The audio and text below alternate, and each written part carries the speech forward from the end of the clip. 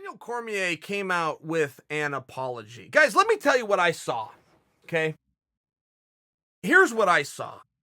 I saw a champion of sport, a leader within his field, go out, put it all on the line in his new home state of California in front of his family and friends. I saw him winning a fight against the greatest heavyweight to have ever done it. And I saw him get knocked out. He then offered an apology, talking about Daniel Cormier.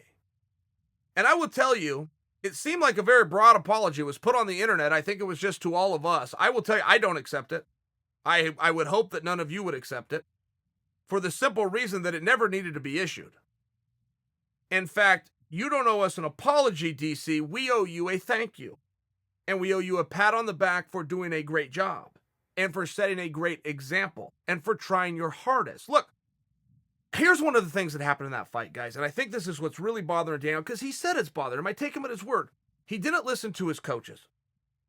His coaches wanted him to wrestle, and he elected to strike. Well, time out just a second there, okay? Because, listen to your coach isn't as simple as that. It's just not. I've had coaches mad at me, hey, you didn't listen to me. Coach, it wasn't that I didn't listen to you. As a matter of fact, I even agreed with you. I didn't have the ability. It's a two-man sport.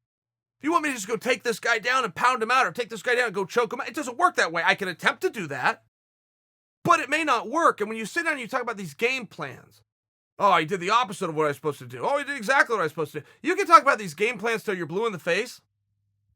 There's only two plans. Do you want to stand with the guy, or do you want to wrestle with the guy?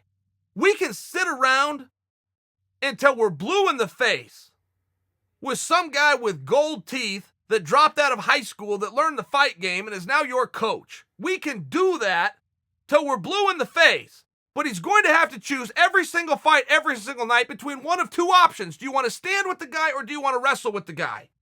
So before you talk about your game plans and your brilliance and your understanding of this, understand it's option A, goddammit, or it's option B. There's not a whole lot of in between. And anything you do in between those two options is attempting to justify your existence as an expert within the fight game. The fight game is pretty goddamn simple. That's why so many people understand it. That's why you can do it in North America without even speaking the language. That is the expression. That is the form of communication. That's why we call it art. It speaks for itself. But as far as the game plans go, there's only two. So Daniel goes out, he elects one of those two. And not for nothing, he was doing a great job. I saw what his coaches saw. I saw that in the very first round, he went for one shot, and he got it. So if you go into round two, you're batting 100%, let's go do that again. I get it. I do get it. But there's some openings that have to come. Okay, there's setups that have to come. Stipe has to reach, boom, there's the arm, let me get to the single. If you're single heavy, like a Chris Weidman is, or like a Daniel Cormier is, you have to have a specific setup and reaction from your opponent. You're looking for it. You're trained for it. Boom, and your body will go there.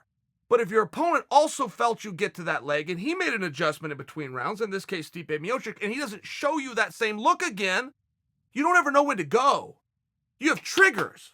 You have a trigger within your mind. You're trained to do it. But if you don't ever see that look again, the trigger doesn't go off. If you don't pull the gun doesn't fire. It's as simple as that. It's as simple as that.